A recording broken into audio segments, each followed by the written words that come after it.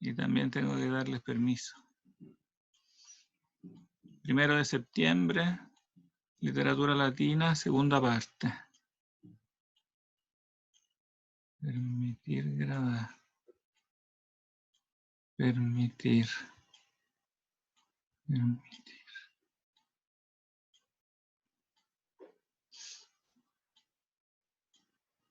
Ya. Por ejemplo, quizás Vicente podría resumirnos lo último que estábamos viendo, que estábamos diciendo, cuál fue el último concepto. En lo último que, por lo menos que yo me acuerdo, era que estábamos viendo los textos de Lucrecio. Primero partimos explicando el poema Rerum Natura, después No, pero me pasamos refiero por... no todo lo que dijimos en la clase Lo pasada, sino último. como lo último solamente, para reconectarnos. Lo último sobre la diosa Venus. No, fue más específico. Sí, sobre la diosa Venus, pero un punto específico, donde dijimos que la llama Eneadum Genetrix, madre de los Eneadas, y corregimos la traducción porque dice madre del pueblo romano, ¿no? Pero en realidad el texto original dice madre de los Eneadas, o sea, de los descendientes de Eneas, ¿no?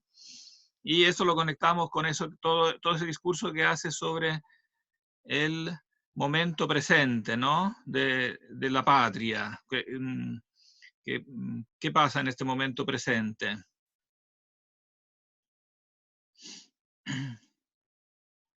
¿Es retórica la pregunta o...? No, es real, te estoy preguntando. ¿Qué está pasando en este momento presente?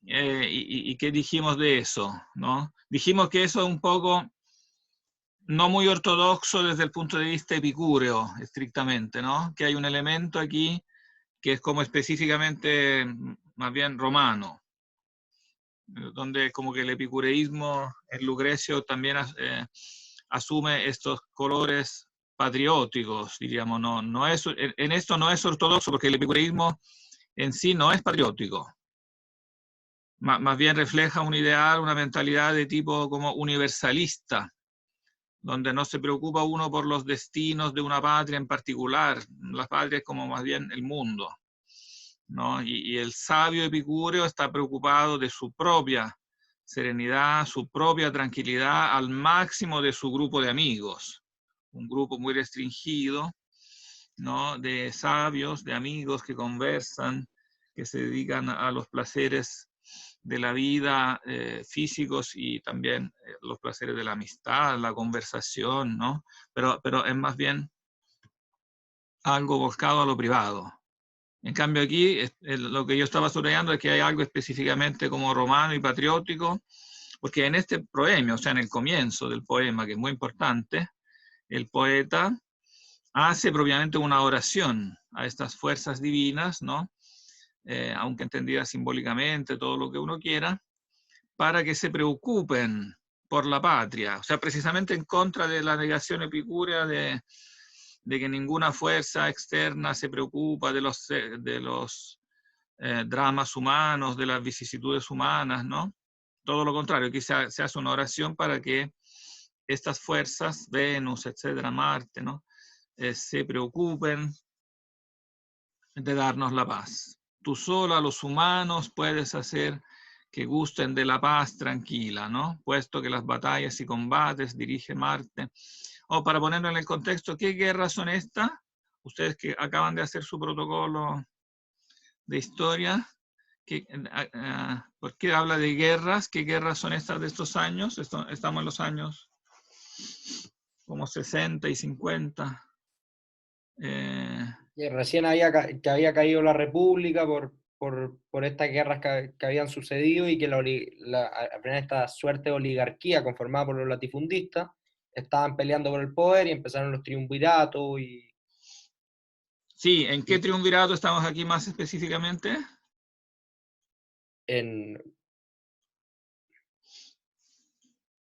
No les sabría decir Aquí tienen específicamente. que tener, les voy a exhortar una vez más a que se armen en una hoja, en un archivo, como una cronología más específica de estos años, ¿no? Que hagan un mini protocolo con una mini cronología de estos años específicos de estos autores centrales que van, digamos del año 70 a.C. hasta la muerte de Augusto, como de estos 70 años tener como una cronología más específica. Aquí estamos en la época de la llegada al poder de Julio César, por lo tanto de la primera de las grandes guerras civiles, la guerra entre César y Pompeyo, ¿no? Con la cual después, o sea, las varias guerras, porque después se fraccionó en diferentes conflictos, porque Pompeyo tenía diferentes seguidores, ¿no? Y finalmente se acabó con la derrota definitiva de Pompeyo y la llegada al poder de Julio César. Pero Lucrecio, con toda probabilidad, murió antes, ¿eh? Antes de la muerte de Julio César. Bien, sigamos entonces, leamos el resto de este, digamos, proemio. Aquí donde empezaba a hablar de los temas, hace como un resumen de los temas, ¿no? Porque serán materia de mi canto a partir de ahí. ¿Quién quiere leer?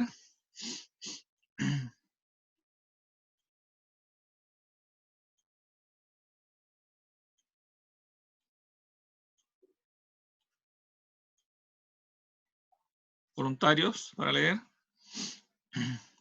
¿No peleen? Voy yo.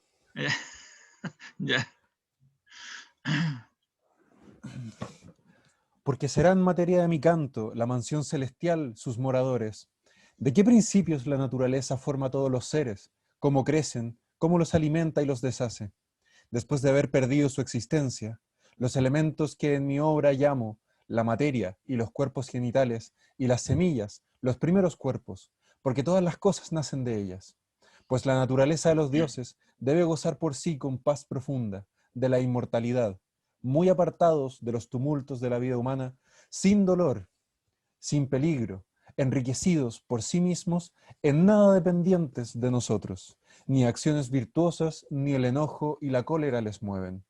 Cuando la humana vida a nuestros ojos, oprimida yacía con infamia en la tierra por grave fanatismo, que desde las mansiones celestiales alzaba la cabeza amenazando los mortales con horrible aspecto, al punto un varón griego osó el primero levantar hacia él mortales ojos y abiertamente declararle guerra. No intimidó a este hombre señalado la fama de los dioses, ni sus rayos, ni del cielo el colérico murmullo. El valor extremado de su alma se irrita más y más con la codicia de romper el primero los recintos y de natura las ferradas puertas. La fuerza vigorosa de su ingenio triunfa y se lanza más allá los muros inflamados del mundo, y con su mente corrió lo inmensidad, pues No, es que sea un victorioso. error de escaneo, la inmensidad. Corrió la inmensidad, pues victorioso. Nos dicen cuáles cosas nacer pueden, cuáles no pueden, cómo cada cuerpo es limitado por su misma esencia, por lo que el fanatismo envilecido a su voz es hallado con desprecio. Nos iguala a los dioses la victoria, mas temo mucho en esto que te digo, pienses acaso no te dé lecciones de impiedad, enseñándote el camino de la maldad. Por el contrario, oh Memnio, de acciones execrables y malvadas, fue causa el fanatismo muchas veces, a la manera que en Áulide un tiempo el altar de Diana amancillaron torpemente en la sangre de Ifigenia, la flor de los caudillos de los griegos, los héroes más famosos de la tierra. Después que rodearon la cabeza de la doncella con fatales cintas, que por ambas mejillas la colgaban, cuando vio que su padre entristecido estaba en pie del lado de las aras, y junto a él, tapando los ministros, el cuchillo, y que el pueblo derramaba en su presencia lágrimas amares, muda de espanto, la rodilla en tierra, como una suplicante desgraciada, no la valía en tan fatal momento haber dado al monarca la primera, de padre el nombre, porque arrebatada por varoniles manos y temblando, fue llevada al altar, no como hubiera en Himeneo ilustre acompañada, ido a las aras con solemne rito, antes, doncella, en el instante mismo de sus bodas cayese degollada a manos de su padre impuramente, como infeliz víctima inmolada, para dar a la escuadra buen suceso. Tanta maldad persuade el fanatismo, de aterradores cuentos fatigado, referido por todos los poetas. Quizá huirás de mí también tú, Memio, juzgándome inventor de sueños vanos, que sin cesar toda tu vida agiten, y el tiempo emponzoño tu ventura. Y con razón, pues si los hombres viviesen, que cierto fin tenían sus desdichas, en alguna manera se armarían, resistirían contra el fanatismo y amenazas terribles de poetas. Pero no hay medio alguno de hacer frente, pues se han de tener eternas penas, más allá de la muerte. Sabemos cuál es del alma la secreta esencia, si nace o si al contrario se insinúa al nacer en el cuerpo y juntamente muere ella con nosotros. Si del orco corre vastas lagunas tenebrosas, si por orden divina va pasando de cuerpo en cuerpo de los otros brutos, como cantó nuestro Enio, que el primero de las cumbres de Helicona trajo guirnalda de verdor perenne, que las gentes latinas ensalzaron. A pesar de que en versos inmortales Enio afirmó los infernales templos en los que ni los cuerpos ni las almas, sino unos macilentos simulacros de figura espantable solo habitan, dice que allí del inmortal Homero la sombra vio, que se deshizo en llanto, y los arcanos del saber le expuso. Por lo que Espera, paremos aquí. Okay. Paremos aquí porque aquí como que termina como la exposición del tema central. O sea, de todos los temas en resumen, pero evidentemente resalta un poco el tema central, ¿no? Entonces, en resumen, evidentemente el poema dice, quiere hablar de toda la naturaleza, ¿no?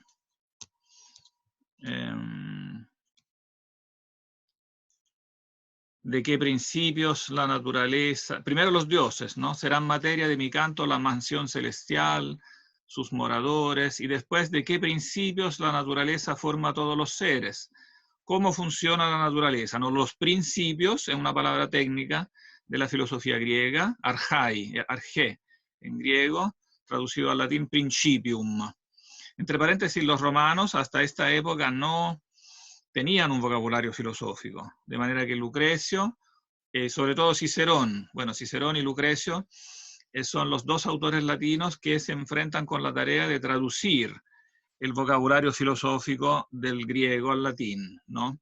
Y por lo tanto él tiene que como inventar, no tanto inventar, sino que readaptar palabras latinas para que asuman un significado técnico filosófico, ¿no? En este caso la palabra principium, que hasta el día de hoy, ¿no? Principio, utilizamos en un sentido técnico filosófico. La naturaleza tiene un aspecto muy variado a primera vista, pero los filósofos griegos, ¿no? Ya antes de Platón, ¿no? Los filósofos llamados presocráticos, dijeron que los principios son más sencillos. Toda la realidad, es que es una intuición importante, ¿no? Toda la realidad finalmente es variada, pero se reduce a unos principios más sencillos, ¿no? Para Demócrito estos primeros principios son los átomos. Principios en un sentido ontológico, ¿no? Principios de los seres, de las cosas. Cómo se alimenta, etcétera, ¿no? Cómo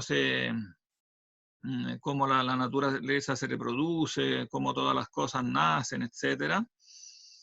Bueno, en contraste, entonces, con los dioses que no deben preocuparse de eso. En otras palabras, la naturaleza tiene su propio mecanismo, sus propias leyes, y por eso no necesita para nada que los dioses se preocupen de ella, ¿no?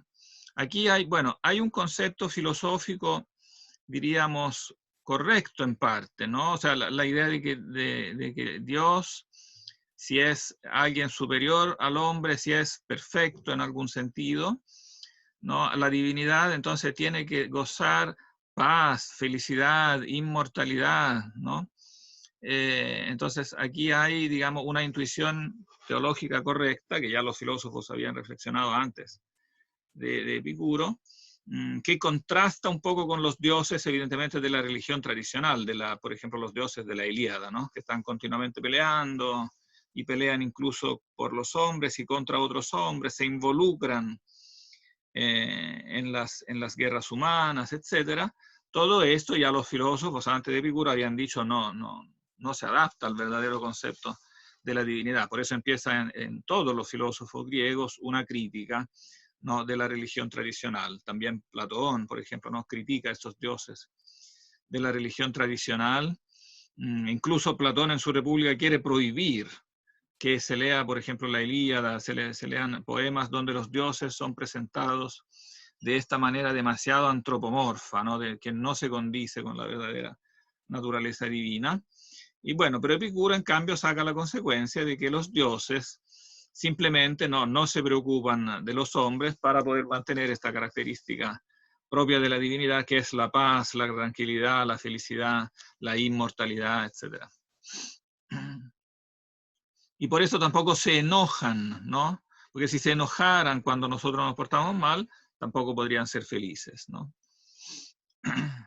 Ni acciones virtuosas, ni el enojo y la cólera les mueven. Aquí otra corrección importante, no voy a hacer muchas correcciones de eso, pero algunas son fundamentales, tienen que anotarlas. Esa traducción es buena porque es en verso y versos bastante buenos, pero tiene un defecto grave aquí, para mi gusto, que la palabra religio, religión, que aparece en el texto original, aquí la traduce sistemáticamente con fanatismo. Cada vez que encuentran la palabra fanatismo, que aparece al menos una decena de veces en los versos que acaba de leer Carlos, yo creo que es una mala traducción. Como si hubiera, porque la palabra fanatismo religioso, nosotros la usamos para distinguir como la buena religión de la mala religión, ¿no? Pero aquí él, digamos, incluye un elemento esencial de la religión, que es precisamente esta relación del hombre con Dios. Religio, la palabra religión, religio, viene de religar, ligar, o sea, relacionar. El hombre está relacionado, se relaciona con los dioses, ¿no? En una posición subordinada, debe rendirles culto, pero es una ligazón, religare, religión. Todo eso que se llama comúnmente religión, él evidentemente lo condena, precisamente en esta relación, ¿no? O sea, en el fondo está diciendo los dioses están ahí, podemos especular sobre algunas de sus características, pero no tienen ninguna relación concreta con nosotros. Por lo tanto, no es solo el fanatismo en un sentido como extremista, así como los terroristas, no sé, sino que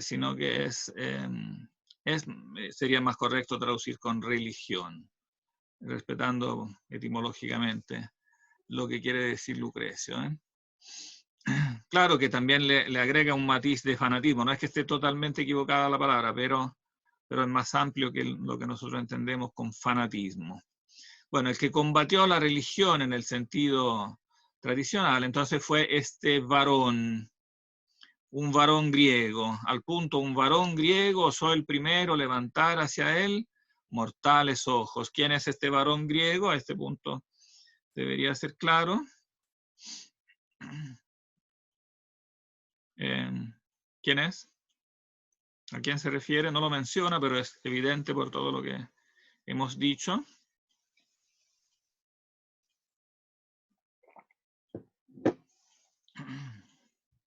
¿Sí? ¿Están ahí? Sí, estamos aquí. ¿Alguien se atreve a contestar, por ejemplo, Victoria? No es difícil. Julio César. Un varón griego. Ah, mentira. No me atrevo a contestarle. Está hablando de su héroe principal entre los griegos, o sea, su pensador de referencia entre los griegos, que él considera como una especie de, casi diríamos nosotros, como de Mesías, que llegó como a liberar la humanidad, ¿no? ¿Quién es el pensador de referencia de Lucrecio? Epicurio. Claro, que estamos mencionando continuamente, Epicuro. Epicuro es el personaje. Epicúreo es el adjetivo. Entonces, Epicuro, no todo lector lo entiende por lo que él está diciendo, asume el papel de un liberador, concretamente, ¿no? O sea, lo que hizo Epicuro, ¿qué fue? En definitiva, liberar la humanidad de este como miedo irracional a los dioses. No temió la fama de los dioses, ni sus rayos, ni su cólera, etcétera, etcétera. ¿Y cómo lo hizo? Importante eso porque se muestra como un poco la Biblia de lo que es el ateísmo hasta hoy, ¿no? Romper primero los recintos y de natura las cerradas puertas. Esta imagen bélica de asalto es naturalmente una imagen metafórica que se refiere al ingenio, ¿no? Yo lo explico él mismo, la fuerza vigorosa de su ingenio triunfa y se lanza más allá de los muros inflamados del mundo. O sea, con su mente, con su ciencia, es como el triunfo de la ciencia sobre la religión. Eso que es un tópico que nosotros conocemos muy bien, porque después está en la base de también de la filosofía moderna, en su parte, digamos, atea, ¿no? Como la ciencia supuestamente sustituye la religión. O en otras palabras, la religión nace del miedo porque los hombres le tienen miedo al rayo, le tienen miedo al trueno, etcétera, etcétera, a las mareas, a todas esas fuerzas desconocidas, pero este miedo se desvanece cuando con la ciencia se penetran los secretos de la naturaleza, ¿no? A esto se refieren las cerradas puertas, los muros del mundo, o sea, son las barreras que impiden a los hombres penetrar los secretos de la naturaleza, pero las mentes ingeniosas, la ciencia, los científicos, ¿no? Logran vencer esta resistencia de la naturaleza, descubrir los secretos de la naturaleza, entonces, cómo se forma el rayo, el trueno, etcétera, etcétera. Y entonces, desvelada este misterio, ya la religión se ve que es inútil, ¿no? En el debate moderno, voy a anotarlo esto en nuestra pizarra, pero para hacer eso tengo que dejar de compartir, ¿eh? Dejar de compartir y compartir otra cosa, ¿ven? Va. ¿Dónde estaba mi pizarra?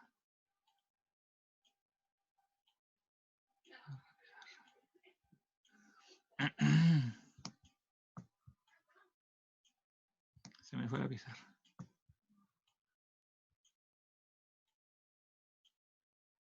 Ay, ay, ay.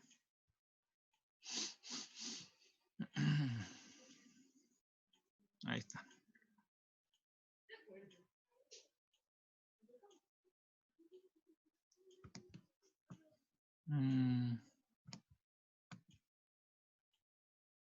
Tienen que tener paciencia, que todavía no domino demasiado bien el instrumento. Compartir. Y lo otro es que tengo demasiadas ventanas abiertas.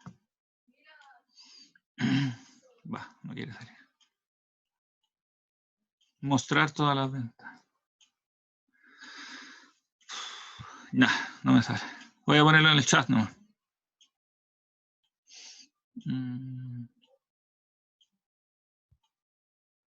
Chatear.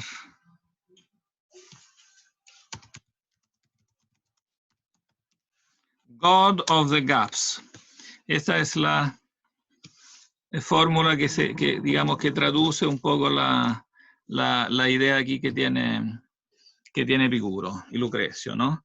Dios sirve para rellenar los vacíos, gap es como un vacío, ¿no? Los vacíos que no podemos conocer con la ciencia. Una vez que la ciencia penetra un cierto ámbito de la naturaleza, como que se desvanece la necesidad de recurrir a los dioses, ¿no?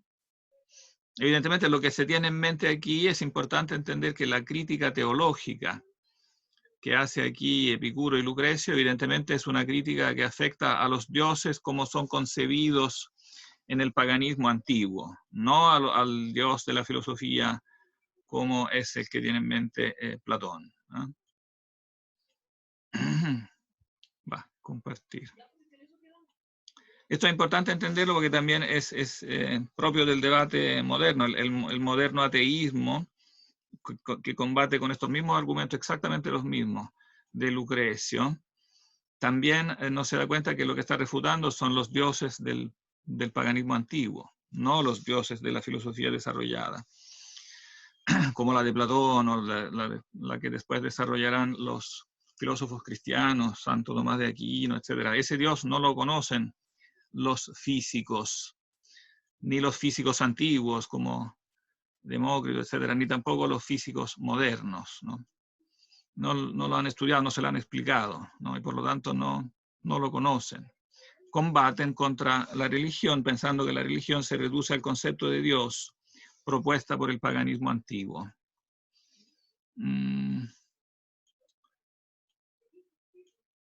Por eso no debe extrañar, otra nota sobre esto importante, no debe extrañar que los propios cristianos usarán a su favor el poema de Lucrecio, porque precisamente los dioses que refuta son los dioses del paganismo. Entonces, en la polémica contra el paganismo, los propios filósofos cristianos, los padres de la iglesia, los filósofos cristianos antiguos, polemizarán contra el paganismo, apoyándose también en los razonamientos de Lucrecio y de Epicuro.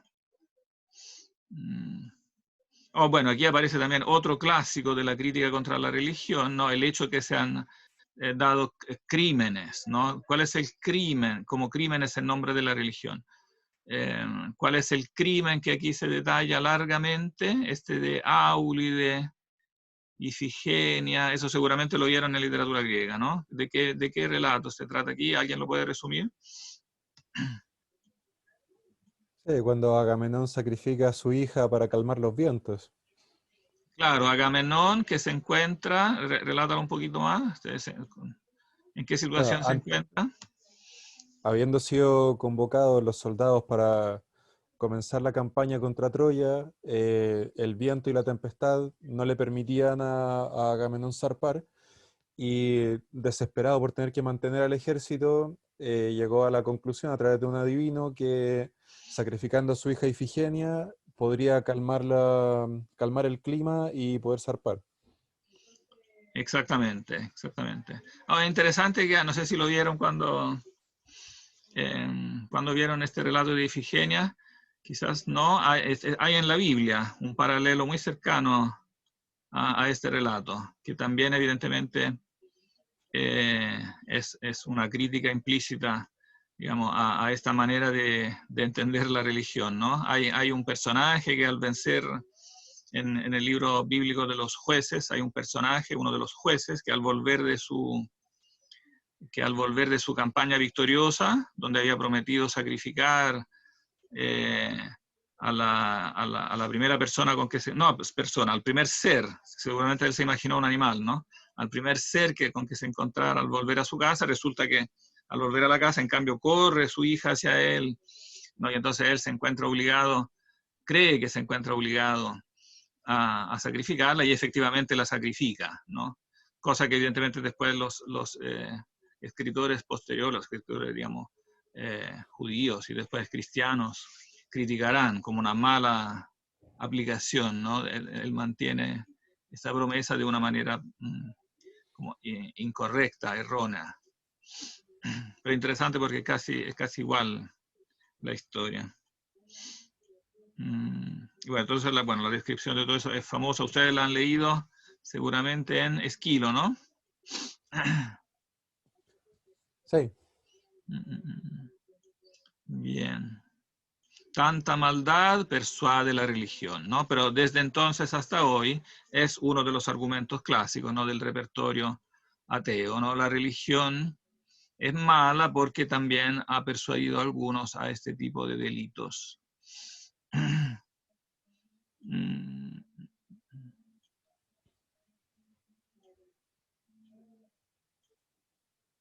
Bien, y aquí pasa al otro tema relacionado con este, que le interesa sobre todo, ¿no? Esto del más allá, ¿no? Si los hombres viesen que cierto fin tenían sus desdichas, ¿no? En alguna manera se armarían, resistirían contra la religión y amenazas terribles de poetas, ¿no? Los poetas, aquí hay una polémica contra los poetas, en cierta forma análoga, aunque la teología es diferente, ¿no? Pero en cierta forma análoga a la de Platón. Él está implícitamente polemizando con los poetas que evidentemente hablan de este tema del más allá, ¿no? de las penas eternas, más allá de la muerte, etcétera, etcétera, ¿no? Y entonces anuncia que en el poema también se hablará de eso, cuál es la verdadera esencia del alma, si nace o al contrario se insinúa, o sea, preexiste, como dicen los pitagóricos y los platónicos, ¿no? El alma preexiste al cuerpo y después se encarna en él, se insinúa al nacer en el cuerpo, ¿no? Si sobrevive o si muere con nosotros, o si del orco corre vastas lagunas tenebrosas, ¿no? El mundo del más allá, del Hades, que describe, por ejemplo, ustedes lo han visto en los poemas homéricos, ¿no? ¿Dónde describe eso Homero? ¿Leyeron esa parte?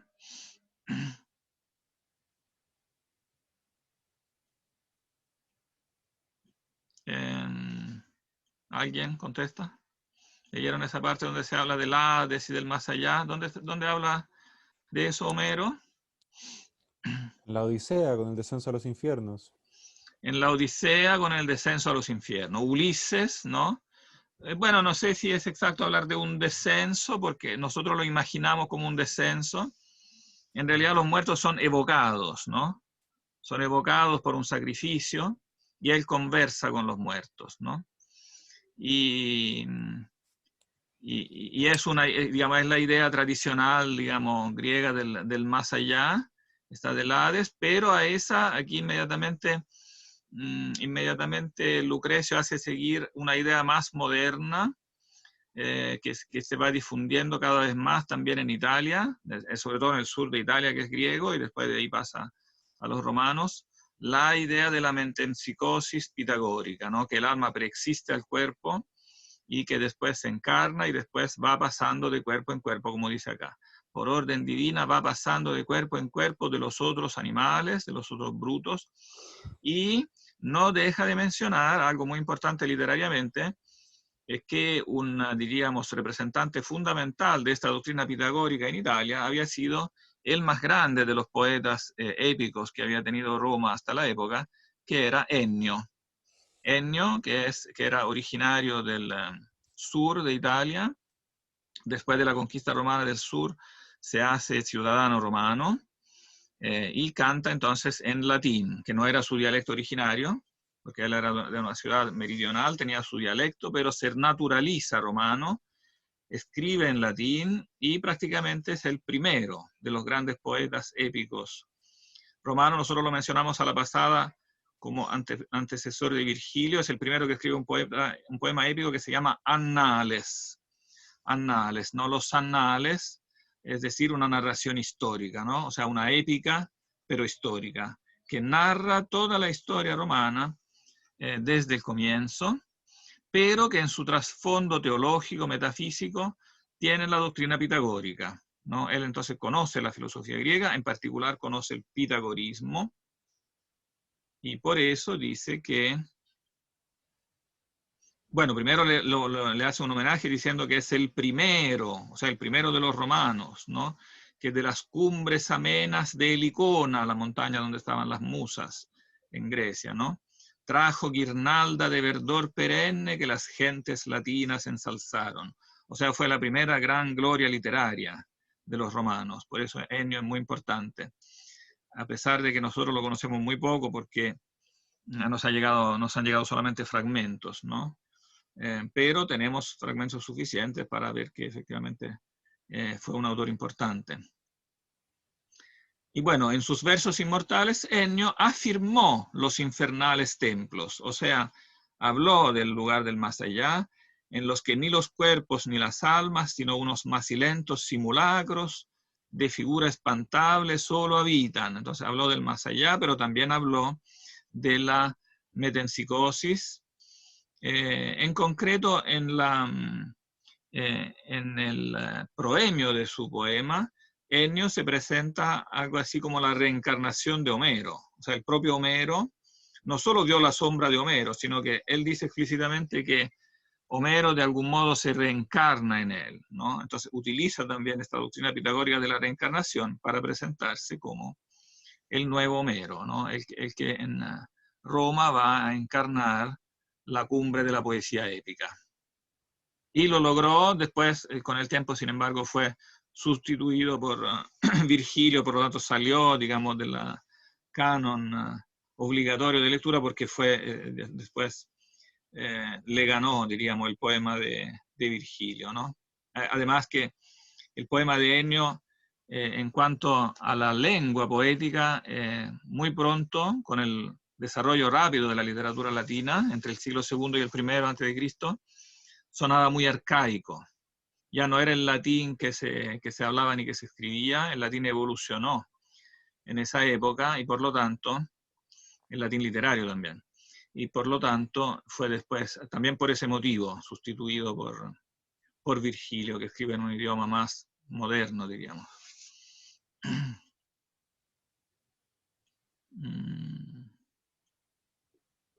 Bien, entonces, a pesar de que, bueno, eso es un paréntesis, ¿no? A pesar de que Ennio con versos inmortales, etcétera, etcétera, abrazó una doctrina diferente, la doctrina pitagórica, de la reencarnación y de los viajes del alma, etcétera, del más allá, pero nosotros, no, en cambio, lo explicaremos todo de otra manera, ¿no? Cómo funcionan los principios del ánimo y del alma, animus y anima, que son un poco diferentes en la doctrina de Lucrecio, y todo lo que se refiere, diríamos, a la teoría del conocimiento, de la imaginación, donde entran un poco todas las imágenes también mentales de los seres humanos, también las del sueño, las visiones de los muertos.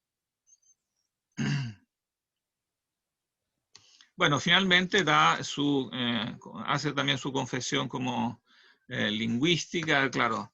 En latinas voces es difícil en presa explicar todo eso, ¿no? Bueno, aquí él evidentemente también está pidiendo disculpas al lector, voy a inventar las palabras porque la pobreza de nuestra lengua, ¿no? Y la novedad del objeto me va a obligar a formar vocablos nuevos, ¿no? Pide disculpas, pero al mismo tiempo se puede decir que se está atribuyendo un mérito en cierta forma, ¿no? El haber tenido que inventar palabras, etcétera, hace que el vocabulario se enriquezca. Y eso lo haré por ti, Memio, etcétera, por el placer de la amistad que me inducen a sufrir cualquier trabajo y a velar en la calma de las noches, ¿no? El poema le costó mucho trabajo, es un poema amplio, en 6 libros de más de 1000 versos cada uno. Es un poema de más de 6000 versos y el tema es bastante denso, de manera que realmente el poema fue un trabajo enorme, y muy trabajado, muy bien. Los versos muy bien trabajados, a pesar de que están incompletos. Entonces, eso le costó muchas vigilias, ¿no? Ese otro verso famoso de Lucrecio, que ha quedado en la imaginación de los escritores latinos posteriores, estas vigilias de Lucrecio en la calma de las noches serenas, etc.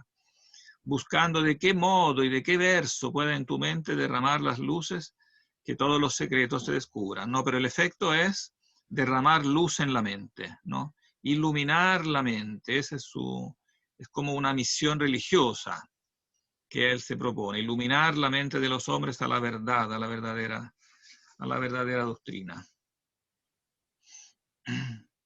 Preciso es que nosotros desterremos estas tinieblas y estos sobresaltos, ¿no? Siempre se refiere a la religión, las tinieblas de la religión. No con los rayos de la luz del día, sino pensando en la naturaleza. O sea, no se trata de una luz física, no, sino que de una luz del pensamiento, una nueva luz del pensamiento, bueno, que para él también es material, pero es más sutil, es de otra calidad, ¿no? Pensando en la naturaleza, o sea, profundizando en los misterios de la naturaleza. Bien, y aquí dejamos el proemio, aquí hacemos el corte, porque aquí empieza como ya a exponer su materia. Se puede decir que aquí termina la introducción y empieza propiamente a tratar la materia. Por un principio suyo empezaremos. Ninguna cosa nace de la nada, etcétera, etcétera. Entonces empieza ya a exponer la materia como tal. De manera que hasta aquí es que vamos a leer a Lucrecio. Ya es un poquitín tarde, pero no sé si hay alguna última pregunta, reflexión.